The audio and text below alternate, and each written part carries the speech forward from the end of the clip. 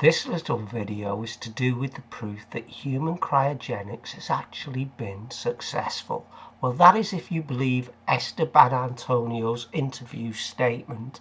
Esteban, real name Stephen Charles Anthony Malinoff.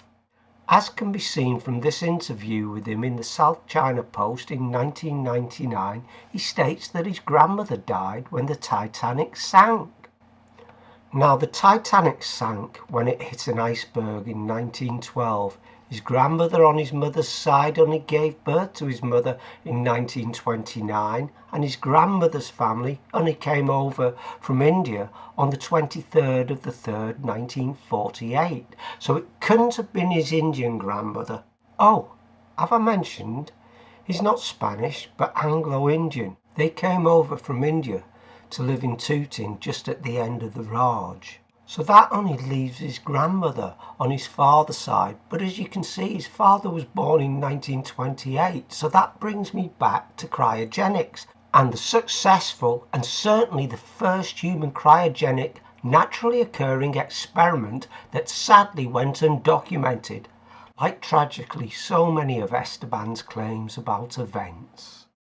Whoops, sorry, that's a pic of a failed attempt of cryogenics. This can only be the only rational explanation other than time travel. His grandmother Malinoff fell overboard onto an iceberg which instantly freezes her in a tomb of ice. Now, she must have been travelling without her husband, and also she would have been a stowaway because there is no record of Malinoff, nor Montrose or Antonio on the Titanic. Now, she's frozen cryogenically in ice, and some years later she is found by fishermen hunting Moby Dick. They take her back to the UK and land in 1927, and as luck has it, her husband is still waiting for her on the docks.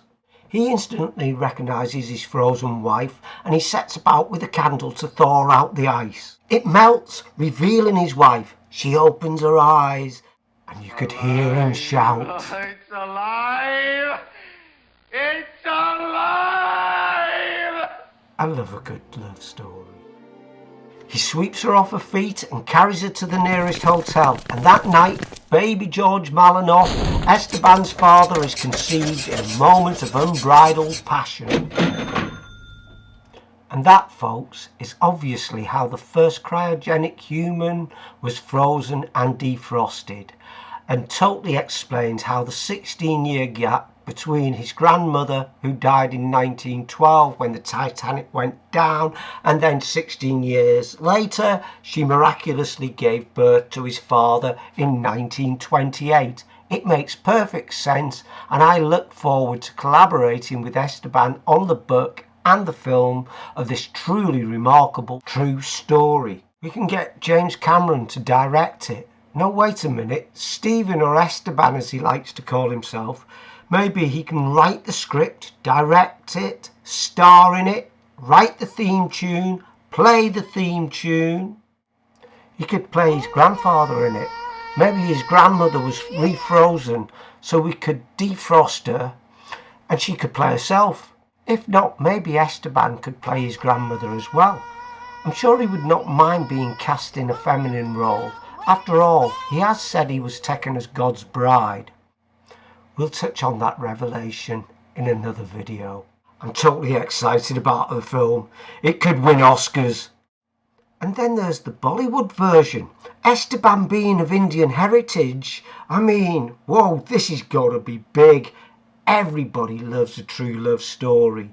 I see the billboard, the Titanic, the true story of cryogenics. Hey, I wonder what kind of Bollywood equivalent of the Oscars is. Whoa. Better not that.